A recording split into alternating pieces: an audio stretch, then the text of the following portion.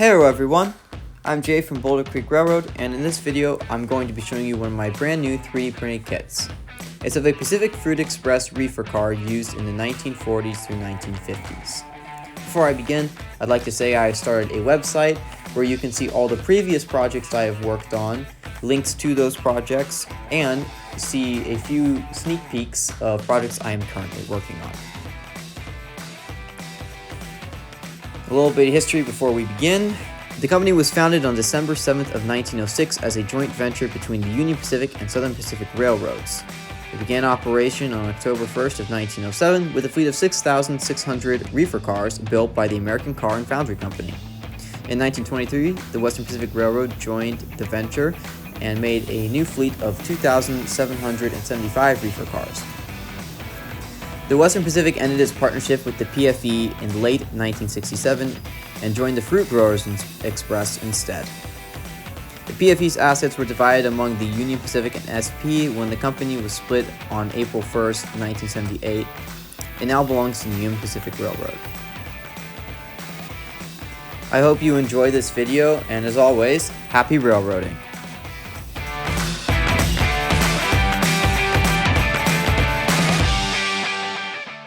Here are some of the materials you're going to need. The first one is the body of the reefer, the roof, and the chassis. You're also going to need a paint tray, some paints, which are Tuscan red, a custom mix PFE orange, and black. Also some modeling cement and an X-Acto knife as well.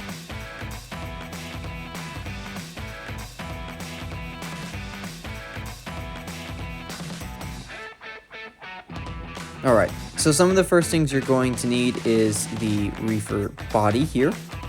It is printed upside down, that way the roof can actually go on.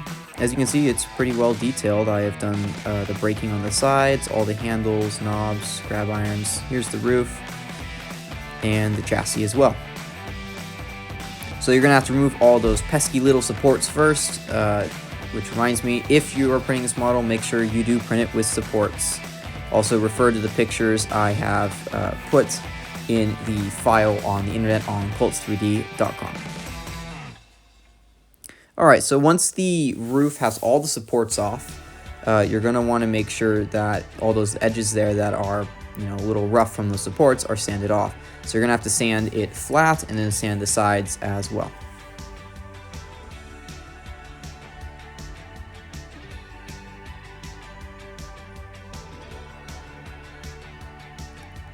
So once those sides are sanded, make sure that they are perfectly flat.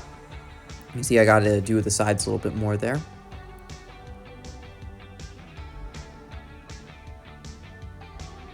Once those are really flat, you're ready to go. So you're going to glue the reefer top to the body of the reefer, just with some standard modeling cement. You could use pretty much any adhesive that adheres plastic. I just find that the modeling cement works best because it literally melts the plastic together and it makes a permanent bond. Make sure it's nice and straight on there.